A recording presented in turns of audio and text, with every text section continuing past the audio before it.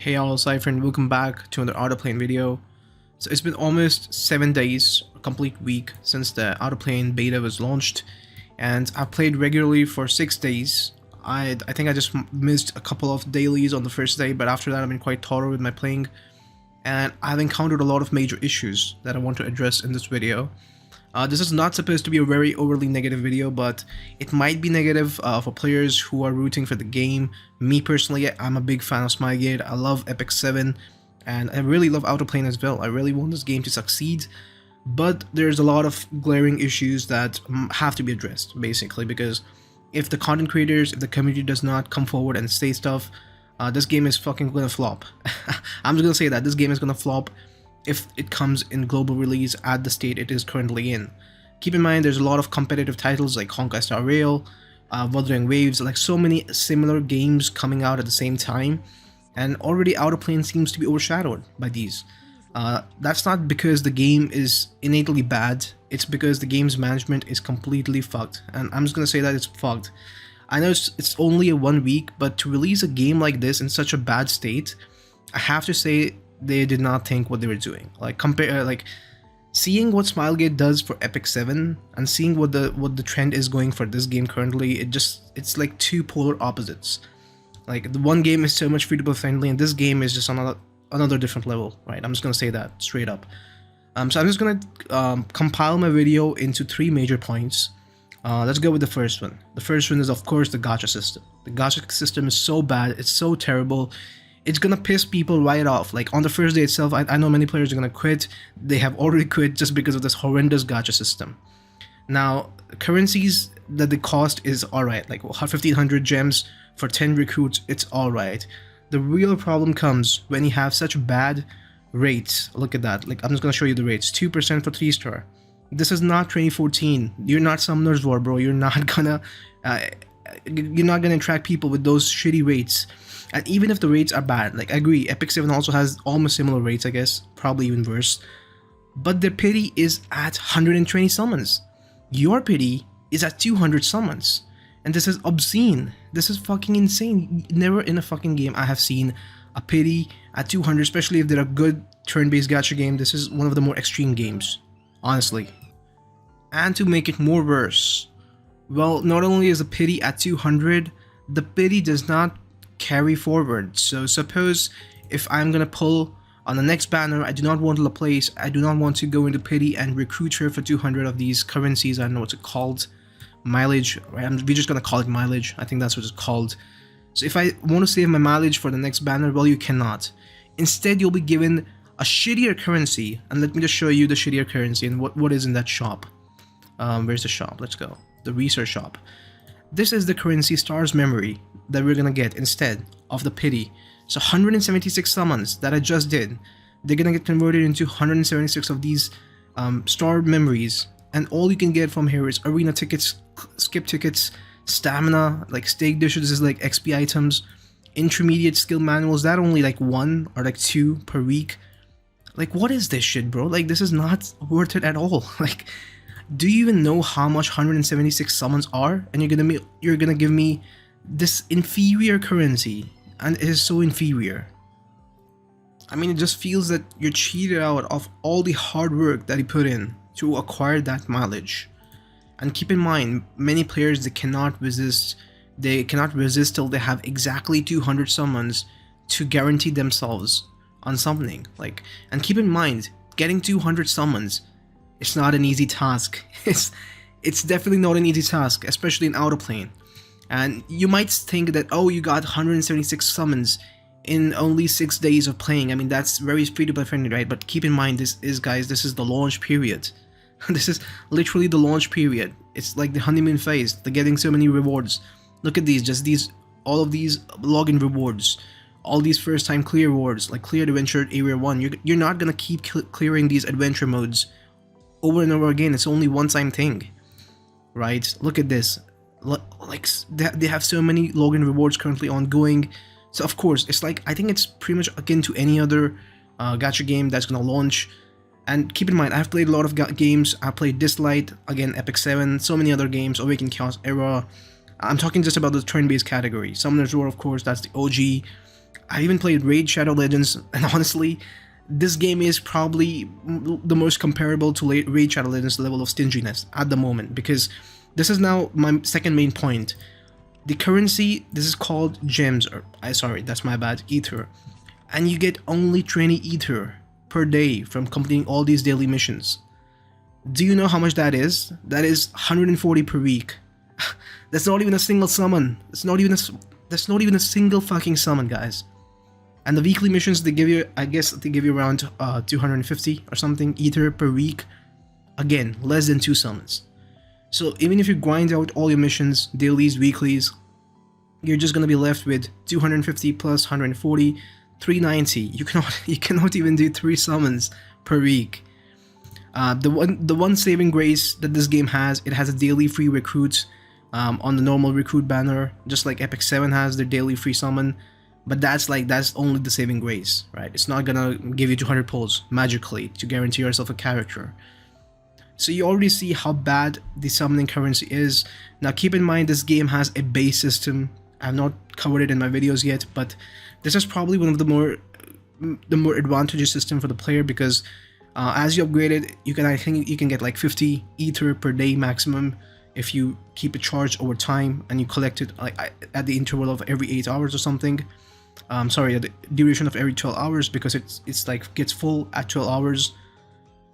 So there's that, right? You can probably, you can get 50 ether once you max out this anti-particle generator, which is gonna take again so many months, because I'm not even halfway, not even halfway, not even a quarter, right? So it's gonna take you a lot of months to fully max this out, your base. And that's like, base should not even be the primary resource. Now coming to events, again, the events are very, very cheap to be precise. Now currently there's an event where you get 20 ether ongoing every single day, and you get some more rewards like 30 stamina. This is not even existent. Like 10,000 gold is nothing, honestly. 5 hammers, pretty average. I would say less than mediocre. Again, this is nothing. This is super bad. I don't even know why they put this here. Probably just give us more stamina instead. And the last reward is these 20 ether. And after you get a certain amount of daily mission clears, like you can see, these are the 3 main rewards. So the last reward, after 10 days, you get 5 of these tickets. This is pretty cool. This is alright. This is acceptable. But the 20 ether, it's so bad. So currently I'm seeing on a daily basis, you can get 20 from here if they keep these missions the same way it is currently. So 20 here, 20 from the dailies, 40. If you have a maxed out base, you can get, how much is that? 50, I think. Yeah, 50. I'll just take it 50. I'll just round it off to 50. That's 90 per day. And there's also a special something going on currently in the shop, where you're gonna get free daily free gift. I think this gives you around 15 ether, so it comes out to 105 per day. So that should around, honestly, that should give you around 21 or 22 summons per month if you do it on a daily basis. And that's not good at all. That's not good at all, because you need 200 summons just to guarantee one character. And even if you keep up the good events, like how much is that gonna really add up to? So are you telling me, even if they have some great crazy good events like this one, this is again like maximum 20 or 30 pulls, right? Are you gonna tell me that on a monthly basis we can get 40 or 50 pulls at max? So we have to save for 4 months just to get one character of our choice, and we cannot even summon in between, because if we summon in between, our mileage is just gonna get converted into this shittier currency, which I already talked about. So what's the game plan here? Like, this system needs to fucking change. Like, this is so bad, and this will never attract players. This will never attract players, I'm telling you. Alright, because first of all, this game is a fragment collector, which is honestly a big turnoff. For me personally, it's a big turnoff. I really hoped that they will change it after the beta. I think in the previous beta that they held, the beta tests, every single person said to change the system or to make it more free-to-play friendly, more accessible to players, not just the whales. And they did not change jack shit. I don't think they changed anything. I know a lot of famous YouTubers who are also covering this game.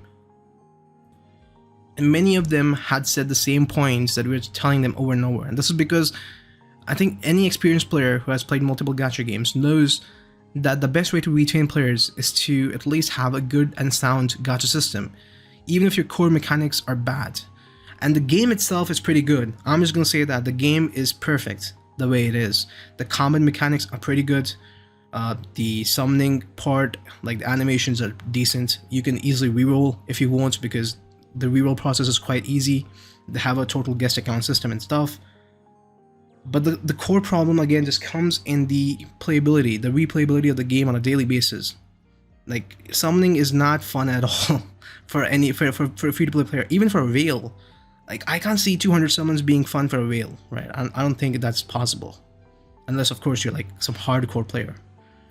But there's that. So these are the two core problems. Now coming to the third one, which is again a major one. This is related to progression. Now when you go to adventure mode, you see these challenges. You see these bounty hunters, bandit chase. Now these are specific dungeons that are time gated on a daily basis. So you can only get a certain amount of gold.